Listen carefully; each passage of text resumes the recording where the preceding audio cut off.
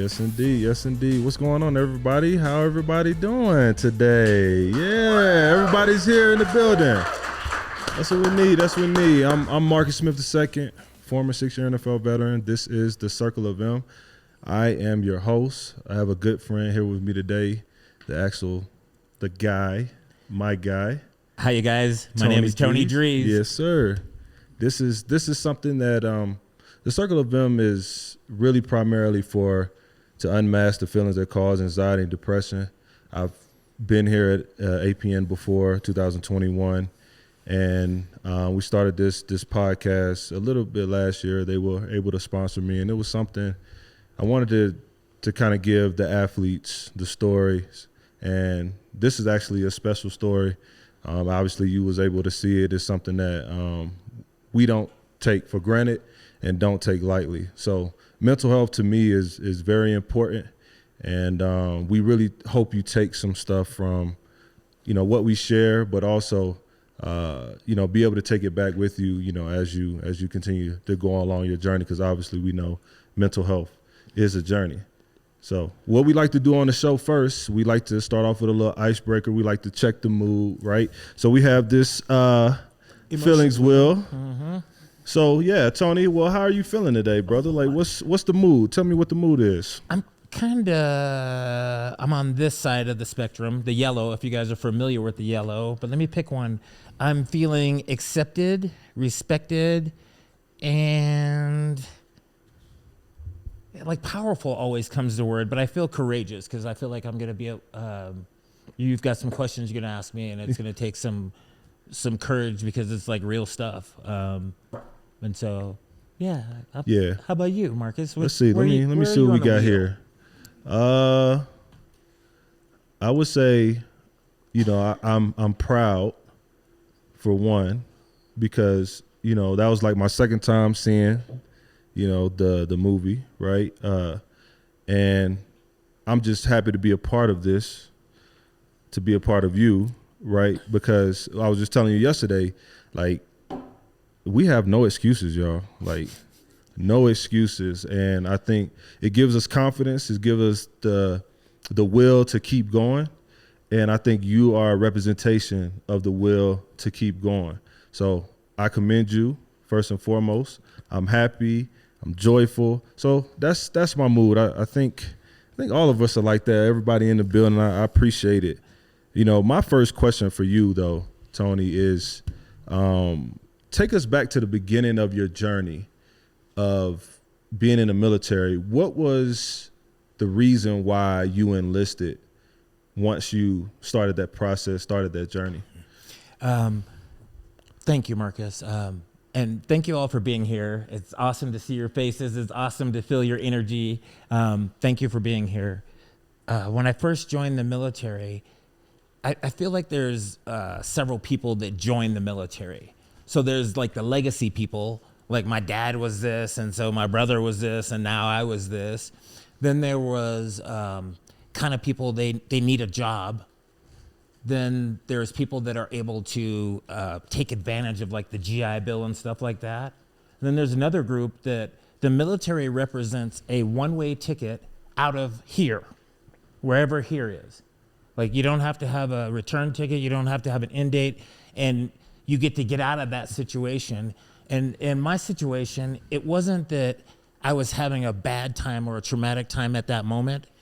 It's that all my previous traumas were showing up in my daily life. Like, I'll tell you that I was in special education for several years. I rode the short bus for several years. I was in a place where I was one of few minorities in the entire town. And so I had all these elements that were creating this tension and this kind of pressure on me as a young person, that even though my mom got me enrolled in college and she thought I was cool, as soon as in November, my birthday's next week, yeah, pretty much. So as soon as I turned 18, I was up out of there. I was like, I gotta go. And unfortunately, I couldn't leave until January. Ooh. So my mom like returned Christmas presents and stuff. She was mad for real. She said it in the movie like she got over it. She didn't get over it like that. I laugh at that part because she was she told me, we would talk about this many years. She said she had a terrible feeling around me in the military from the time I was a young person, because I grew up as a Air Force brat. So I didn't want to be in the Air Force still. And I always wanted to be in the Army. I thought I was going to drive bulldozers and all this other stuff. I loved every minute of my time that I served, though. I loved it. I had fun like that. Yeah, I think that goes to when we're 18.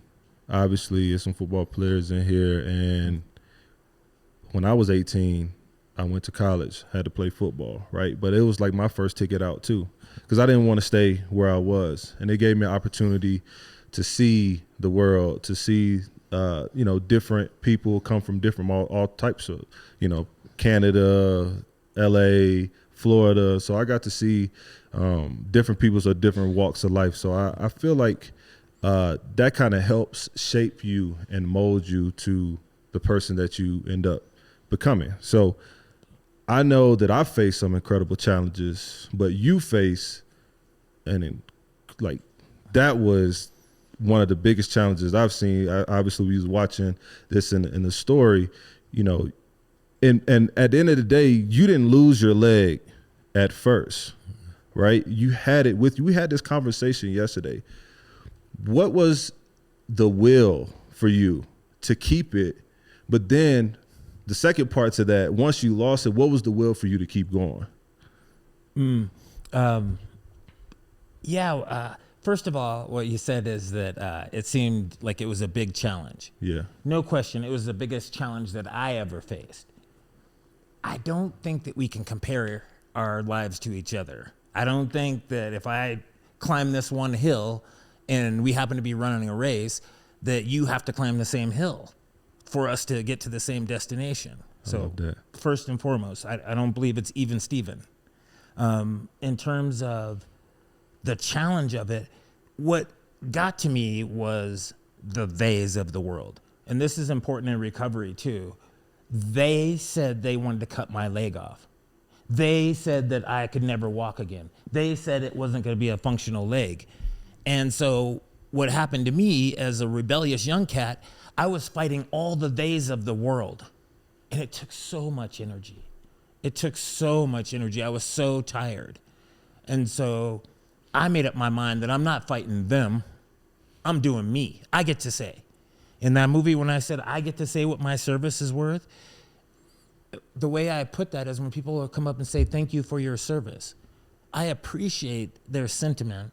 And in the back of my head, like a cat rolled by me, an old cat today, rolled by me outside the hotel. And he's like, thanks for all you did.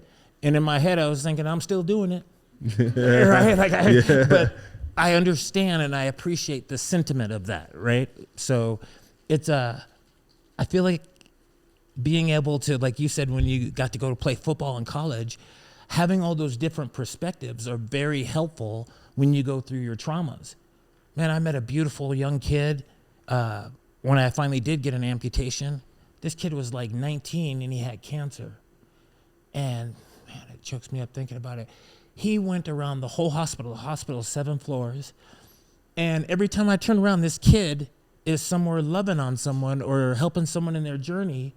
And the kid passed away. But before he passed away, he caught me aside. And he's like, Tony, I was so sick, I couldn't swallow an ice cube. He's like, I couldn't.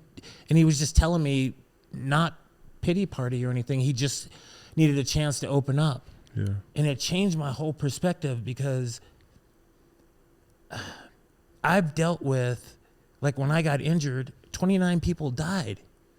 So I didn't have the opportunity, even if I wanted to. I couldn't feel sorry for myself because I had the guilt of surviving when there was other people that I felt like were living a more deserving or better life than me, knowing where I'd come from. It was hard for me. I had a hard time looking in the mirror. I had a hard time functioning. Yeah. And that was the beginning of my my battles with addiction, my usage, and alcohol was my drug of choice. But man, I started doing it to numb the pain so I wouldn't feel it or so that I could forget. And started working at first, and then I don't know when or how, but it so quickly evaporated into this thing that it was just like this monster that I didn't feel like I could get hold of it. Right. So. Man, I feel that. I can feel that. Like your transition, like going from that happening and then coming out of the military, like what was that time stamp from it happening, and then how long were you out of the military once that happened? Okay, so to give you the timestamp, in January of 1986, I joined the Army. I was 18. In January of 1990, I was done with the Army. I was 22. I was in college. I was in ROTC. I was competing. And then the Gulf War started. So then the president called a bunch of us that had been out for less than a year to come back in. So that's how I was in the Army again. Wow. And when that happened in Saudi Arabia, you heard me tell the story of the 8th night and the 9th night. I was literally in country for 9 nights. I got blown up by the deadliest Scud missile of the Iraqi war, and then the war's over. Wow. And now I'm in ROTC. Like, what am I going to do? And my leg got jacked up. I was going to fly helicopters. And so in my life, when you talk about transitions, I got to face many, many transitions at an incredibly young age. If you backtrack a little bit to the time when I was 12, talking about my parents in court, I don't know any young kid that's prepared for that kind of adult conversation or those kind of exposures. Plus, my childhood before that was very physically and emotionally abusive. If you look at my total life, if you look back, though, you're like, yeah, but had it not been for those things, you got hit by a bomb later, right? Yeah. And so I feel like it's relative. Like it's all my painting. It's all me. It's my life's work. And so no part of it can I point at one part and say, no, that's bad or that's no good or whatever, because it all equals me, right? Yeah. And I wouldn't have these pain tolerances or have these philosophies. You talked about not having excuses. I speak and I teach and I coach people on 3 rules: no lies, no excuses, and never quit. And there was a time when I was pretty militant, so those rules sounded like this. Yeah. And over time, I've been able to as I've kind of been massaged by the world, massage those things. And what it's mostly about is the no lies. I could tell you that I have $1 million in the bank, whether I do or don't. It doesn't matter to you. Yeah. What matters to me is if I lie to myself. Because once I start lying to myself, then I know that's a slippery slope for me in terms of my recovery. Yeah. So the no lies part is I just try and keep my word to myself as much as I can, as often as I can. Yeah. And when I slip up, I get in my own junk, right? Yeah. Like I get out of my own hips, and then I get back to it. The no excuses part, it's not like no excuses ever and you never get to make, no. Like life can make you cry. Life can make you feel like you don't know how you can go on. That's okay. What I'm saying is at least. What is your at least? No matter how bad my life has been, I could at least do something. When those doctors were trying to cut my legs off, I asked them, they're like, well, what do you want us to do? I was like, tell me what to do. They said, well, we heard of surgery and therapy working. So they scheduled me for all these surgeries, which I had 58 in 9 months. And then I jogged out of the hospital. But they scheduled me for therapy once a day. So I just doubled it. Yeah. So I did 2-a-days just like we used to do in football, right? So I go in the morning, let them make me cry. Yeah. Go take a nap, eat my lunch, go in the afternoon, let them make me cry, go watch Oprah, and call it a day, right? After a while, then all of a sudden, then they're saying that medical miracle stuff, and they're saying all these other things they want to attribute, but they don't stop and say, no, this is my life. I got to say. So you guys can have all your books and all your estimations, and I appreciate that. Just tell me what works, and I got you from there.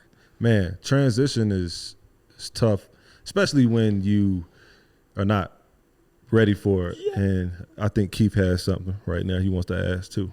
When they said you were a medical marvel, was that annoying? Were you like, I'm not a miracle. I'm working my ass off. A little bit. Thank you for picking up on that, Keith. Because I'm kind of that way. Like, don't give away. Like, if someone else did it, all praise to them. I'm for that. But if I'm over here sweating and doing 2-a-days and literally crying twice a day for my own health, don't call it something that can be dismissed. I don't think I'm special, and I don't think I'm some miracle. But I know that I'm tough, and I know that I'll work hard. And that brings me to the last thing. Anything that has been my goal, those of you that got stickers, go on there and look. You can see my website. You can see my media page. You can see all the stuff. That's how to find me, TonyDrees.com. Yes, sir. You'll see in there that I have all these awards. Like I've done some stuff. Like I've got an NAACP Image Award. I've been on projects that have raised money. I've spoken to the 90th National Convention of the Military Order of the Purple Heart. Like I've spoken in front of, like I've been to the nation's capital to speak and meet all the, and I don't care about any of that stuff because I'm still a dude from North Dakota. Yeah. What I figured out, and I really want to share this story before we get short on time. My adoptive dad, Big John, you might have saw him in the film. God rest his soul. This man it's a struggle for me because as a father and as a man, he is the standard. And the thing that it's a struggle for me because where I am right now, I'm about to be 57 and I know I'm not there. And I know some of the mistakes I've made, I'll never get there to where he is. And so what I'm left with is doing the best that I can with what I've got. And that takes me to the never quit thing.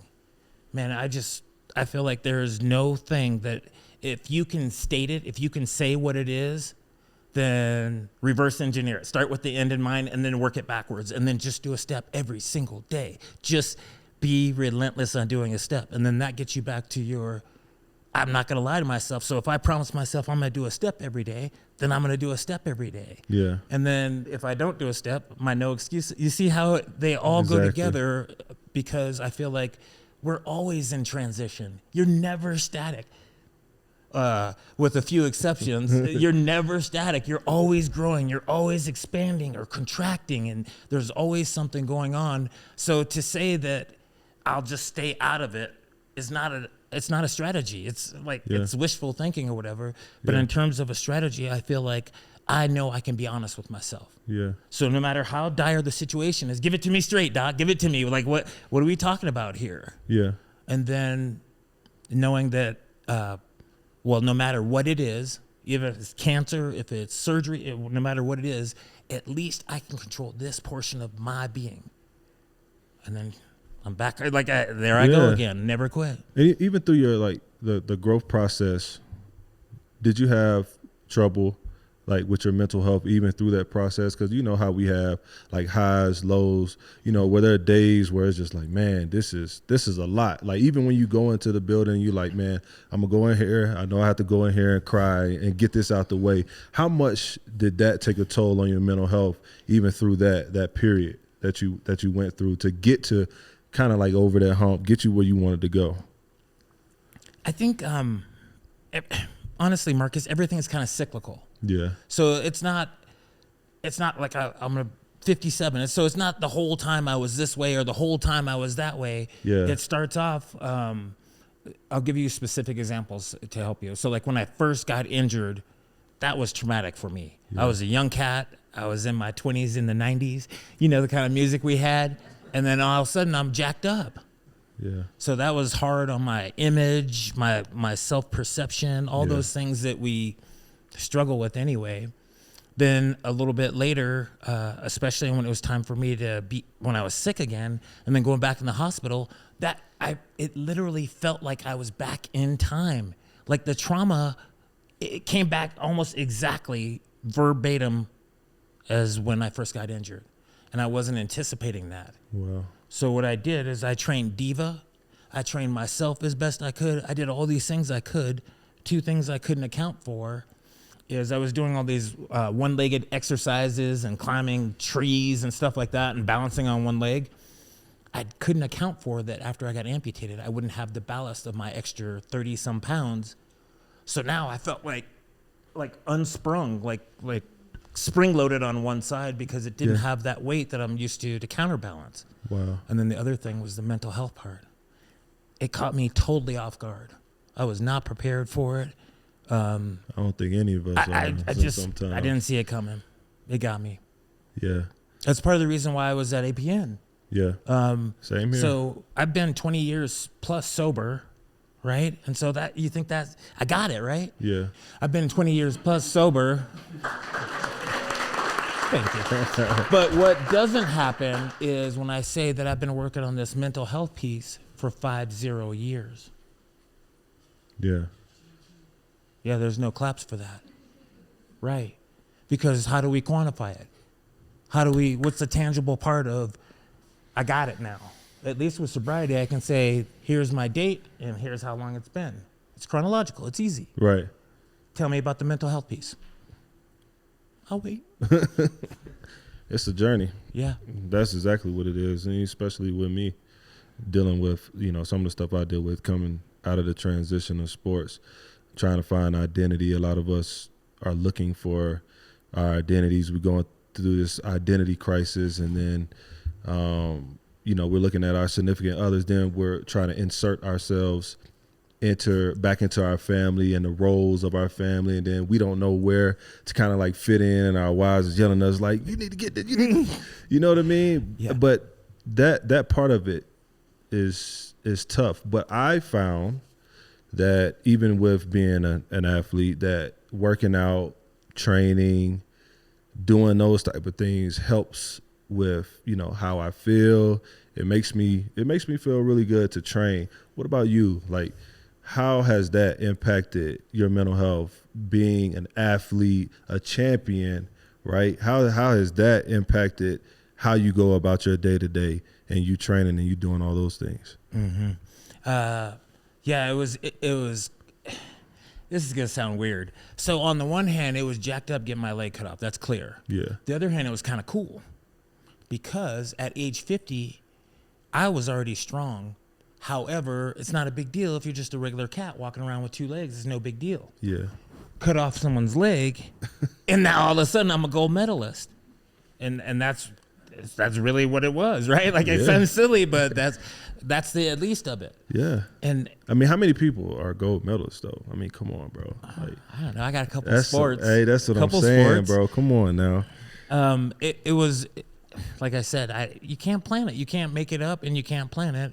And so that's what it was in front of me. And so I grabbed that. And so that's just what I was doing then.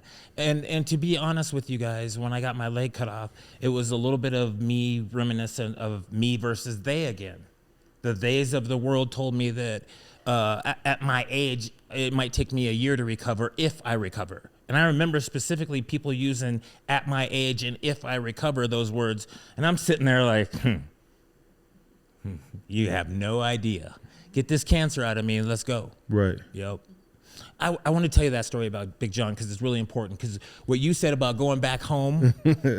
So my dad is a farmer. He and his brothers farm like 10,000 acres. He was in charge of all the chemicals. Yeah, seriously. Of all the chemicals and all the mechanic stuff. So my dad's busy, man. He's a manager too, and so he's busy. One day I'm hanging out with him, and all the time, but especially this one day, I'm hanging out with him, and the phone rings. And it's like the neighbor, the car's in the ditch, or someone else, they got a water heater that's leaking, or someone else has got shingles missing, or whatever.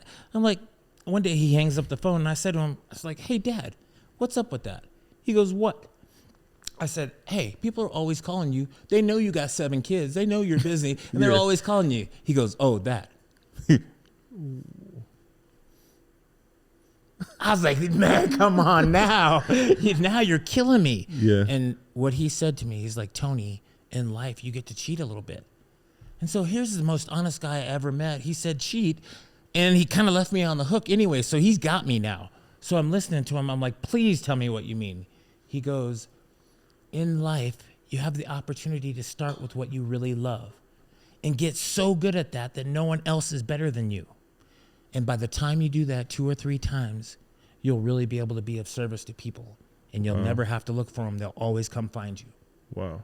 And so the awards and the athletes and the business stuff I do, the nonprofit stuff I do, it's all me trying to position myself so I can better be of service to the people that I serve. Well, to me, you know, I feel like I'm a servant, and we are all servants, and we are servants at the end of the day to help one another, to help people cross. I see myself as a person that I'm kind of a bridge, right? I am not the, you know, I'm not the therapist, right? But you know, I'm a life coach, but I'm the person to get you to that point, right? And you're a big culprit.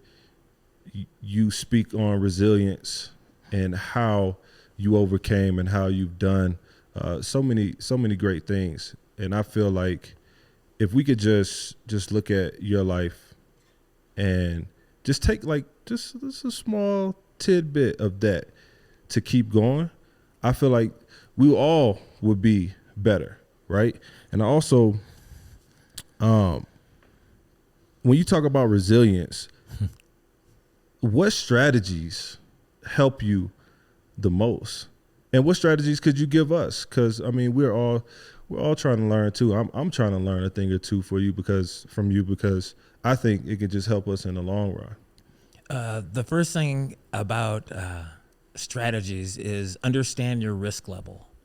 My youngest son, as Nicole mentioned, races motorcycles.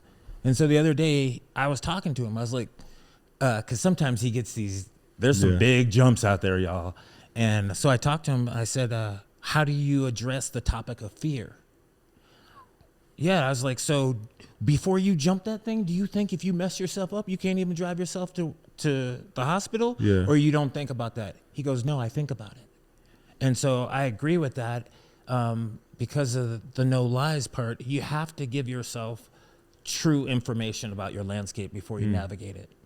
It's like if you were to ask your navigation to show you how to get home, but you didn't give her a starting point, it wouldn't know exactly, it wouldn't tell you, it wouldn't know what to do. Yeah. And so I feel the same way when you're navigating. That's why I was a life coach. Yeah. I didn't enjoy life coaching because people that came to me as a life coach were at a all-time low. Yeah. What I am is a transition expert. I help people that may not even know that they have a change coming. They might be in the change right now, or they might have just got out of the change and they don't know how to navigate from there, and I help them navigate. I'm different than a counselor or a life coach in that I try and put myself out of work almost immediately.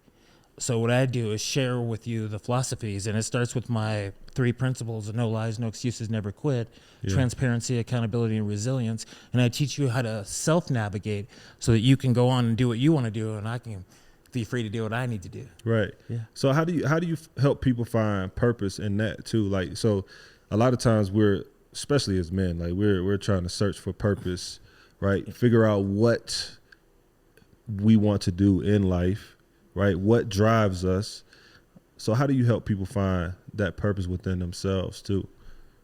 It's interesting because I feel like Big John gave us the clue. What do you love? Whenever I'm working with someone that doesn't have purpose, I find out the things they like to do when they're not thinking about what they don't like to do. Yeah. And I don't know, I feel like purpose, sometimes it's a moving target also, right? And so if it's my purpose, right? And so that's why my life at any snapshot of it looks really random. Yeah. Like, why would you go to school for this? Or why would you do this? Or why would you do, but when you put it all together, then it makes sense. And then you're like, oh, well, that made perfect sense. It's the next step on the rung. And so I feel like purpose is like that too. You might have a purpose that is highly servant oriented, or maybe young cats, especially, we're really attached to what our job is. Like we really, really identify with what our jobs are. And if we can, I think Mike Tyson said it best. He said, when I used to think I was a big deal, I used to get offended all the time. Yeah. Once I figured out that I was nobody, nothing offends me. Wow. And so I feel like that too. If I'm okay doing what my purpose is right now and not feeling like I have to answer to anyone, I'm good. And the next step will take care of itself. I have faith. Yeah. Yeah. And I think too, like, as men, we want to like leave a legacy, right?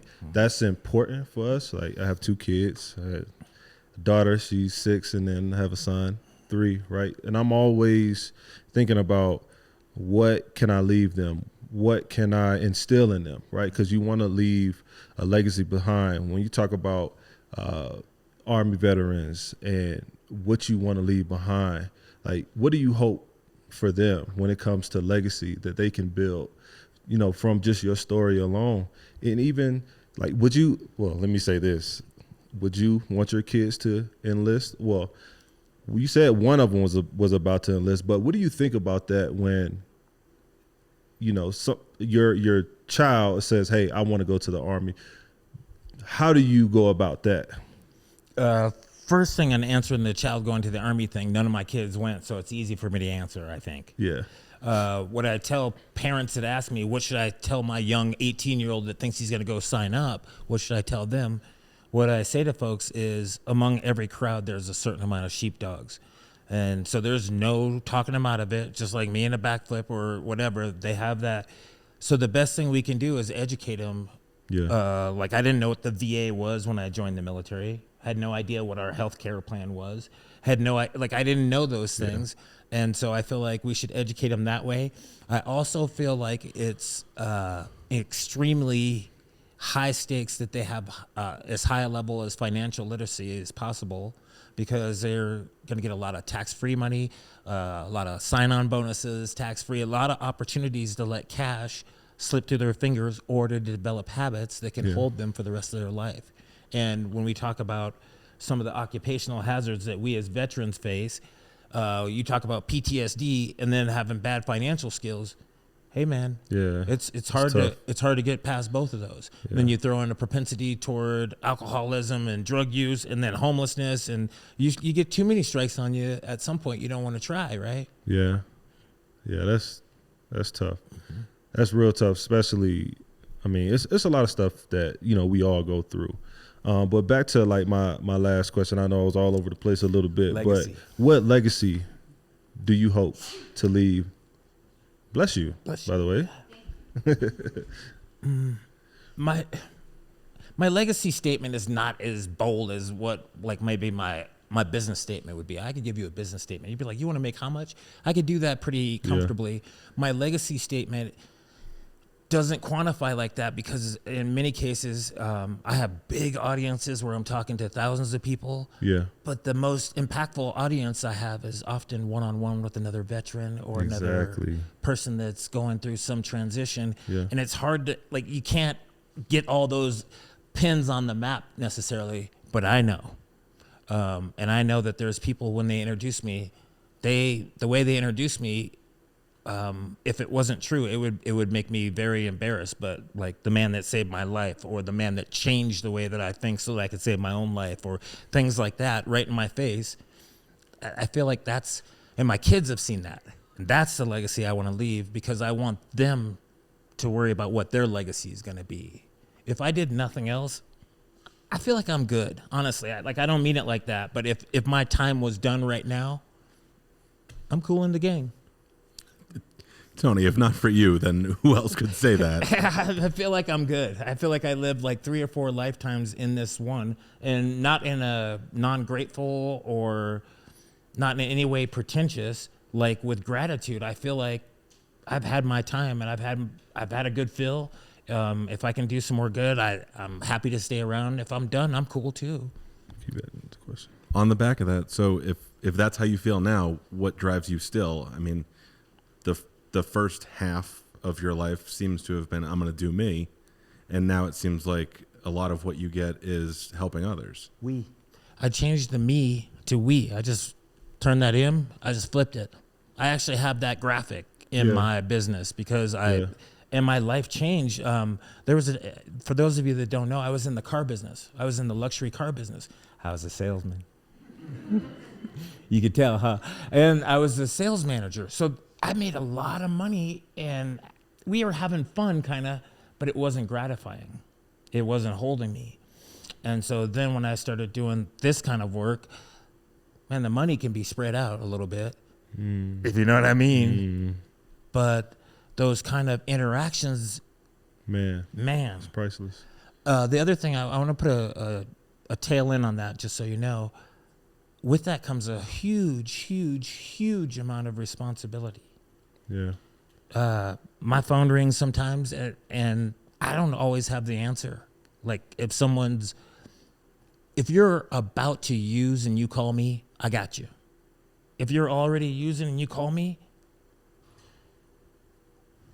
I don't know the words to say. I don't know what to do or say to help you. Yeah. And so in other transitions, I feel like I'm there like through an accident or through a court or through but in the recovery thing, it's kind of you're on either side of the coin. Yeah. I think too, like when you spoke about this a little bit earlier, like the most impactful, like I've spoke in front of, a lot of people, and the most recent one, I went to Bryant University to speak to all their athletes. But the most important part of that was when the 5 athletes stuck around afterwards, and I could really like just pour into them, right? Because they were seniors and they about to start life, and they're like trying to look at like what does that even look like. So when you talked about that really resonated with me. I wanted to also like open the floor up for questions from the audience. Anything that you guys might have that you want to ask Tony or me, if I'm nobody. You and guys, before Tony, we do that, let's give it up for this audience. Do we have a great audience? Yeah, we do not have a very great often we get a audience, live audience. But yeah, any questions So that let's you do this. We'll may have have? people raise their hands, and then Marcus, if you'll repeat the question Okay. for our listening audience. If you have any questions, going once. Yeah. This question's for Tony. In the film, you mentioned the Rodney King incidents in LA and how that made you feel about the fact that you were in the Army. How did you reconcile that dissonance and that transition phase for yourself? In the current climate, I'm curious how you managed to get past how you were feeling at that moment. Yeah. She mentioned the Rodney King incident in the film, and how did you reconcile? How did you get past that moment, being able to see Rodney King in that light? When you said, did I get duped? Oh, I know the part.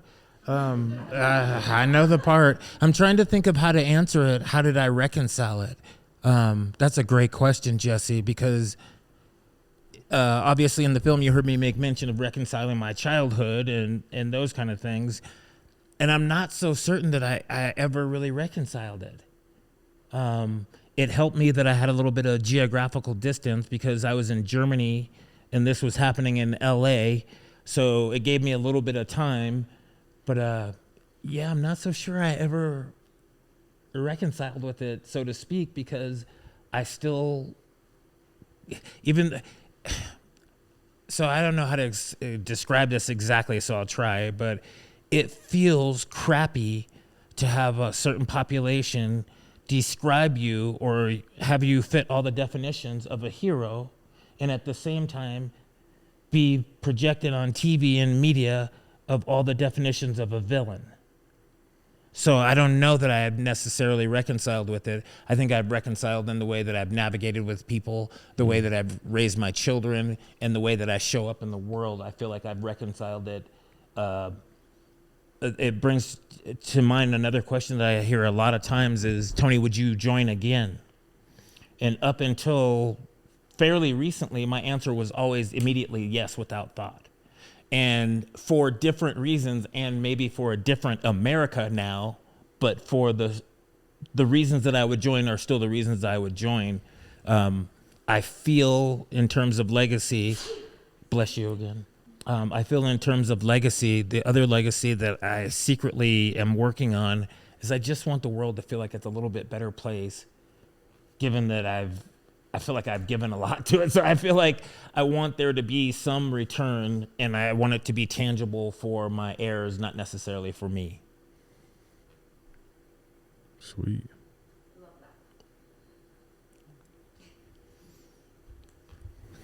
that. You mentioned overcoming alcohol.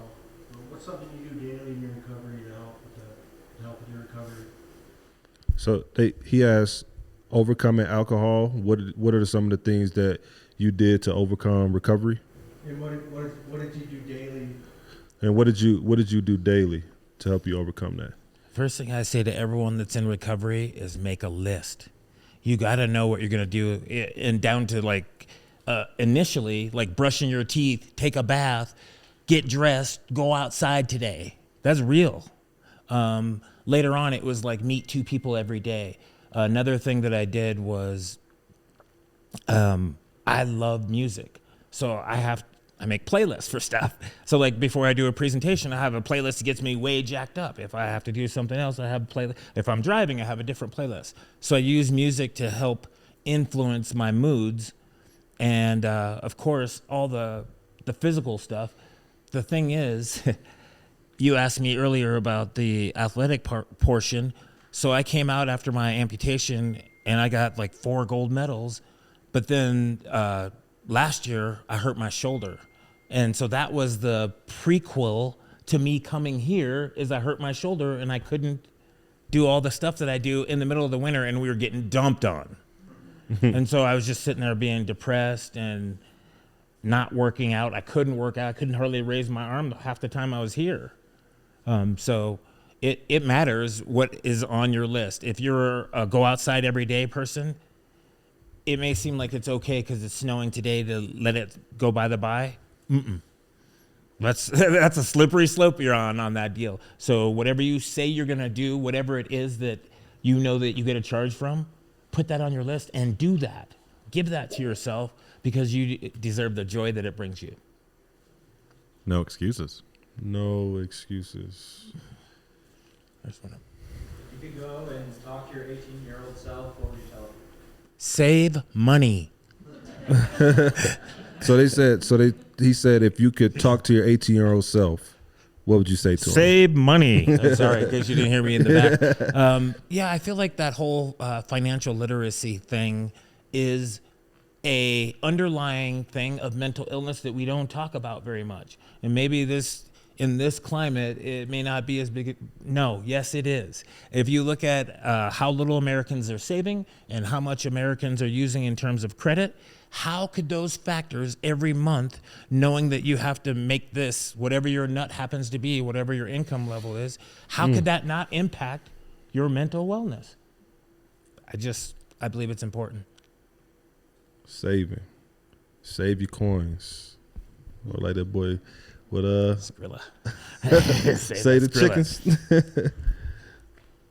I got a question for Yeah, Tony.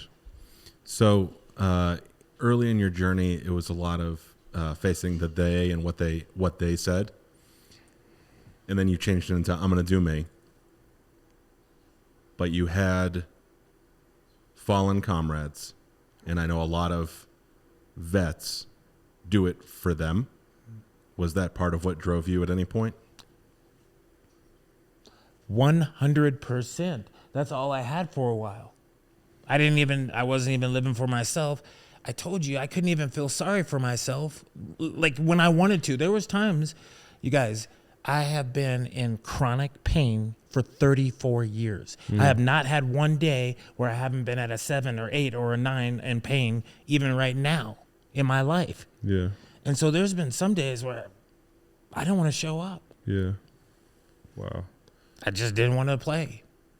And the theys and the thems could only hold me so long because I'm like, you're smart. If you figure out that it's not real, well, now who am I going to be mad at? Yeah. Like, now who am I going to, be Yeah. against? And then I had to turn it inside.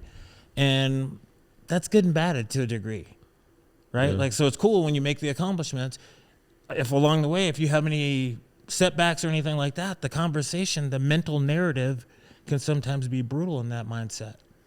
And then when you switch to the we mindset, it takes a lot of that stuff out because Right. it's not about my ego. It's about the mission. Awesome. In the film, it said, "Every day I'm skiing is the day I pray." Mm. Did faith or prayer play a part in your perseverance through that as well? So he asked, did faith or prayer play a part? And what said it again? In your perseverance through life? Yeah. Did faith or prayer play a part in your perseverance through life? I got adopted at age 12 by a different race, a different family, different whatever. I got blown up by a bomb. Like, in my life, what do you think my conversations with God have been like? Huh? We have been through it. Yeah. Me and God. We have had conversations that would, like, honestly, at a young age, since a very young age.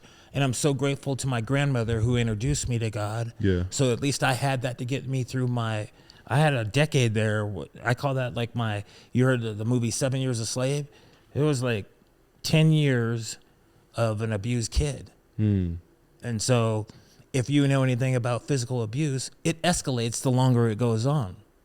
So by the time I left, it was getting to the point where it was getting to a do or die situation. It was going to be me or him. And I'm 12 and I'm having to make these have these conversations, or me. Yeah. Should I take me out of the picture at age 12? Clearly they don't want me. Yeah. Clearly I'm a nuisance. Clearly I'm the bad one. But yet I'm like, this still isn't right. It's not right. Right is right.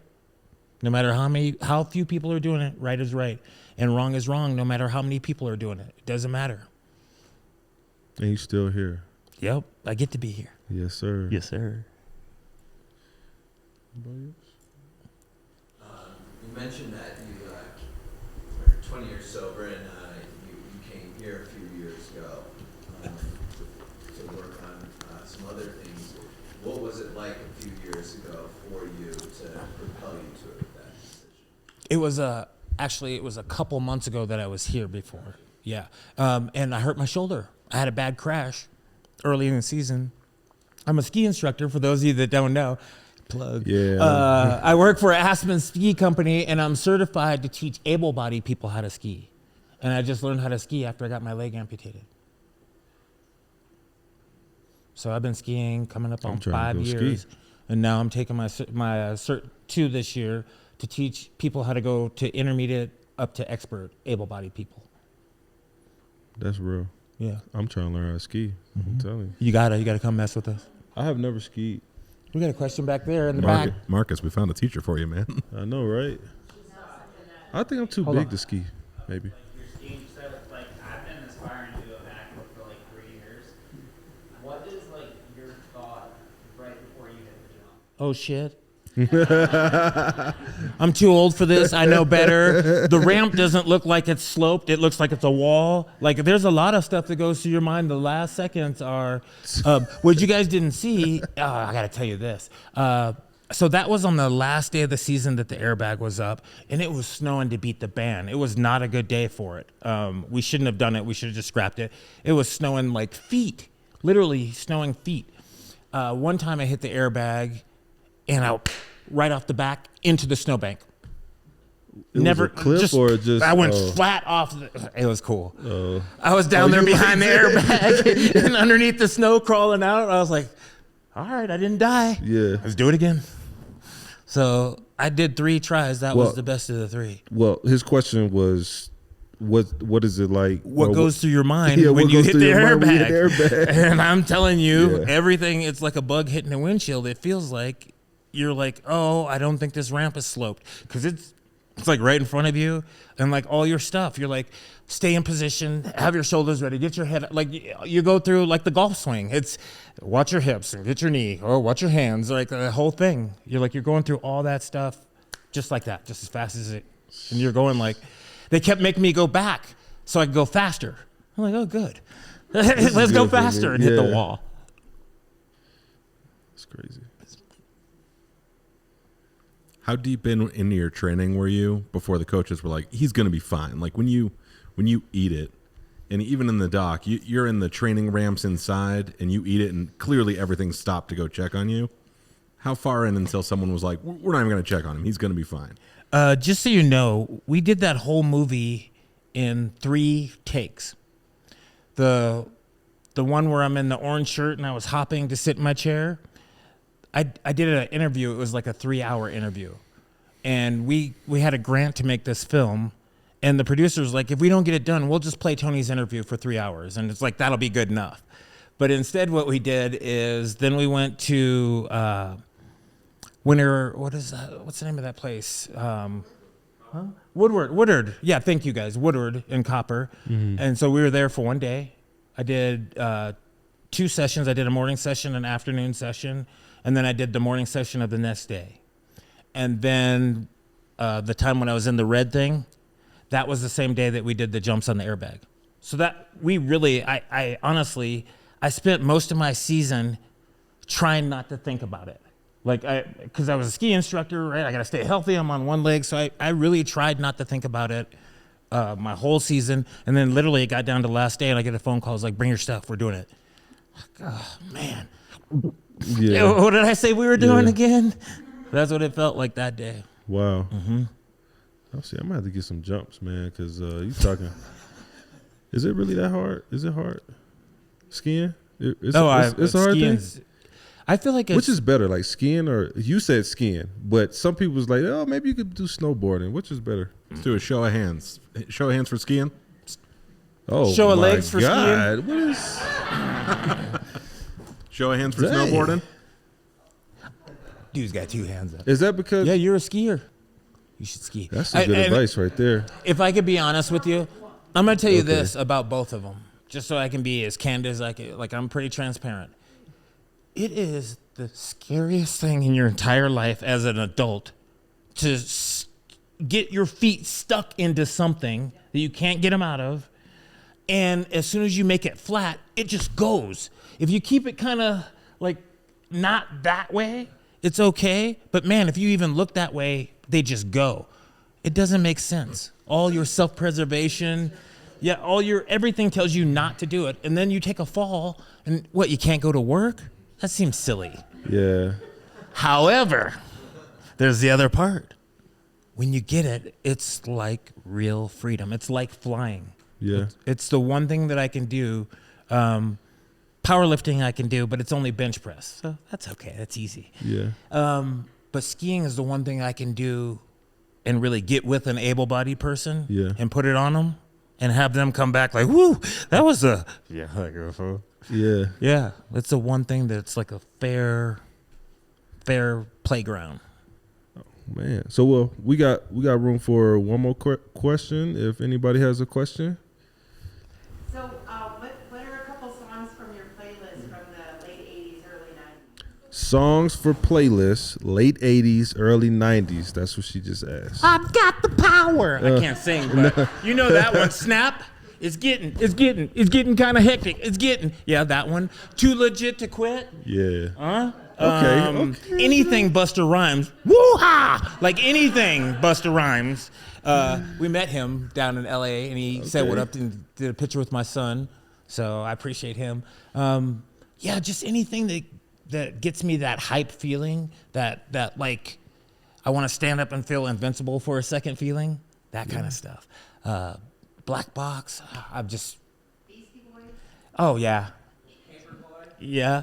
Yeah, look there. See, y'all know. I'm a little young. Y'all know. Yeah, I know.